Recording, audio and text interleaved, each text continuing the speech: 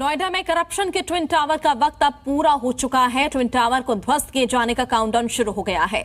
28 अगस्त यानी कि कल दोपहर 2:30 बजे महा करप्शन की इस महा इमारत को महाब्लास्ट के जरिए जमींदोज कर दिया जाएगा। सुपरटेक के ट्विन टावरों को गिराने की सभी तैयारियां पूरी कर ली गई हैं। ट्विन टावर में ब्लास्ट से पहले मॉक ड्रिल की गया और सुरक्षा के लिए 8 एम्बुलेंस और 4 दमकल की गाड़ियां भी मौजूद रहेंगी। आसपास के 3 हॉस्पिटल में भी जगह रखी जाएगी। ट्विन टावर के आसपास की सभी सड़कें बंद कर दी जाएंगी। तो तैयारियां जो है वो पूरी कर ली गई है। देखिए किस तरह से पिछले साल से लगातार जो ये बात कही जा रही थी और ऐसे में अब वो दिन आ गया है। कल का दिन बताया जा रहा है 28 अगस्त दोपहर 2:30 बजे का वक्त तय किया गया है जब इसे ध्वस्त किया जाएगा। तो नॉटिकल मील तक बंद रहेगा एयर स्पेस। कई तैयारियां यहां पर की गई हैं, एम्बुलेंस लगाए गए हैं, हॉस्पिटल में भी जगह रखी गई है।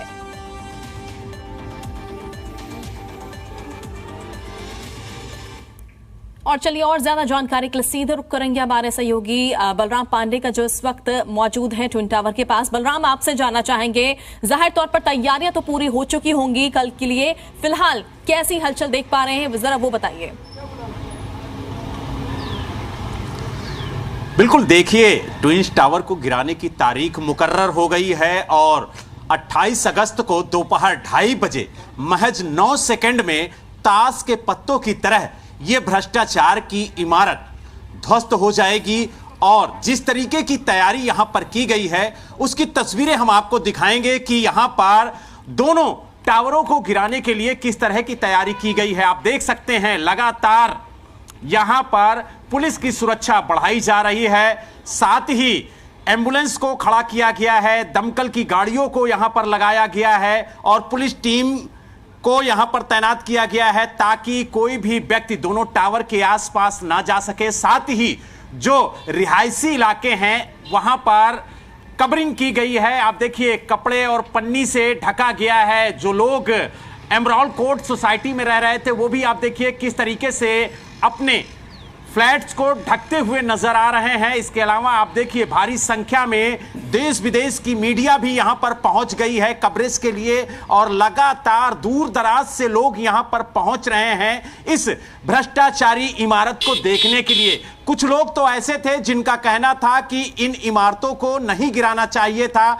यहां पर मेडिकल सुविधा शुरू कर देनी चाहिए थी या सरकार द्वारा यहां पर कोई ऐसा काम किया जाना था जिससे आम जनता को सुविधा मुहैया होती और सरकार को एक बड़ा रेवेन्यू भी मिलता। लेकिन कहीं ना कहीं जिस तरीके से इन दोनों टावरों को गिराने के लिए सर्वोच्च न्यायालय ने आदेश दिया और जिस तरीके से तारीख के बाद तारीख मिलती गई, लेकिन अंत तो गत्वा अब 28 अगस्त की तारीख मुकर्रर हो गई है इन दोनों टावरों को जमींदोज करने के लिए। आपको बता दें इन दोनों टावरों को गिराने के लिए लगभग पूरी हो चुकी है तैयारियां, सिर्फ इंतजार है कल के 2:30 बजे का जब रिमोट के जरिए इन दोनों टावरों को जमींदोज किया जाएगा।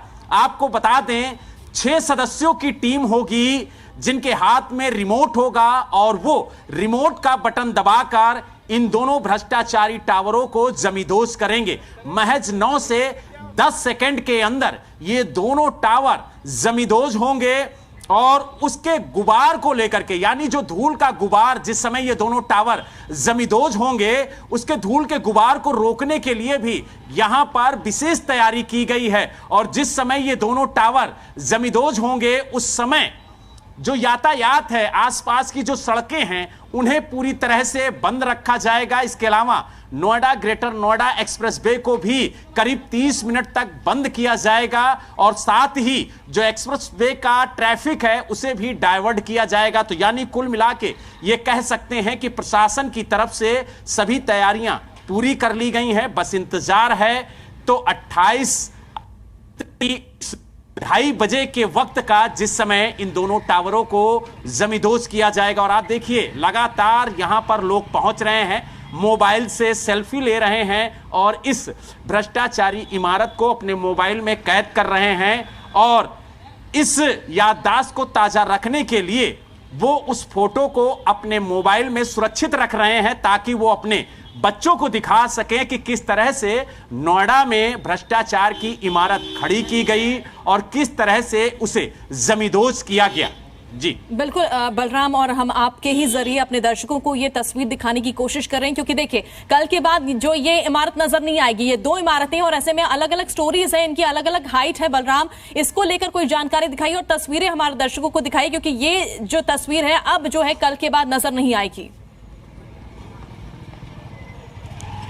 बिल्कुल, देखिए इन दोनों टावरों के बारे में हम अपने दर्शकों को बता दें कि इन दोनों टावरों को बनाने का जो सिलसिला है वो 2004 से शुरू हुआ था और 2006 में नोएडा प्राधिकरण के अधिकारियों ने इन दोनों टावरों को बनाने का अप्रूवल दिया था। आपको तस्वीरों के माध्यम से हम समझाने की कोशिश करेंगे।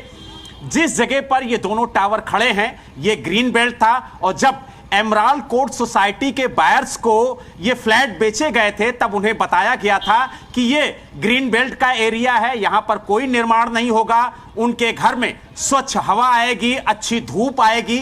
लेकिन 2006 में इस भ्रष्टाचार की इमारत को खड़ा करने का काम शुरू किया गया और अधिकारियों की मिलीभगत से पहले 75 मीटर ऊंची इस इमारत को बनाने की इजाजत दी गई। उसके बाद फिर दोबारा इस इमारत की ऊंचाई बढ़ाई गई और 130 मीटर ऊंची इस इमारत को बनाने की इजाजत दी गई। इसके अलावा आप देखिए जो दोनों टावरों के बीच में गैप होना चाहिए वो भी कम किया गया और साथ ही कई अधिकारियों की मिलीभगत से इस इमारत को खड़ा किया गया। यही वजह है कि जब मुख्यमंत्री योगी आदित्यनाथ के आदेश पर जांच कमेटी गठित की गई और जब पूरे मामले की जांच हुई तो 26 अधिकारी दोषी पाए गए जिनके खिलाफ कार्रवाई की गई और अभी भी जांच कमेटी इस पूरे मामले की जांच कर रही है और जो दोषी पाया जाएगा उसके खिलाफ कार्रवाई होगी। मुख्यमंत्री योगी आदित्यनाथ ने सख्त निर्देश दिए हैं कि सुरक्षा के पुख्ता इंतजाम होने चाहिए